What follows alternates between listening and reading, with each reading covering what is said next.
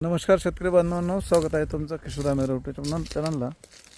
आता वाढली काडी काढत असताना काय करू नये किंवा काय करावं, आपण फळबाग हार्वेस्ट झाल्यानंतर जे वाढली काडी काढत असतो, जे की तुमच्या समोर बघा दिसते, की वाढली काडी आपण इथं झाड फ्रेश केलं आहे, ही चांगली गोष्ट आहे।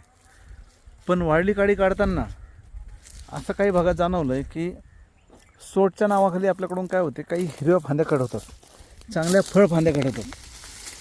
आता ही जर आपण फांदी बघितली तर ह्या फांदीचे बघा, हे टोकं बघा, ह्या सर्व फळफांद्या आणि चांगल्या फळफांद्या आहे। आता आपण जर म्हटलं की ही ट्रॅक्टरला अडते फांदी किंवा आपल्याला मेहनतीला अडचण होते, तर हे विदर्भातील शेतकऱ्यांसाठी नाही व्हिडिओ, हा पश्चिम महाराष्ट्रासाठी आहे।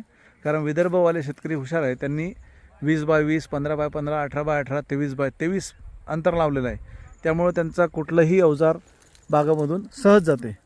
पण पश्चिम महाराष्ट्रामध्ये काय आहे की 12x12, 13x13, 14x14 हा ट्रेंड आहे। हा काही चुकीचा नाही आहे, पण याच्यामुळे जे आपल्याला यंत्र फिरवायला, ट्रॅक्टर फिरवायला त्रास होतो, तर त्याच्यावर पर्याय हा नाही आहे की त्या साईडच्या आलेल्या ब्रँचेस काढून टाकणे।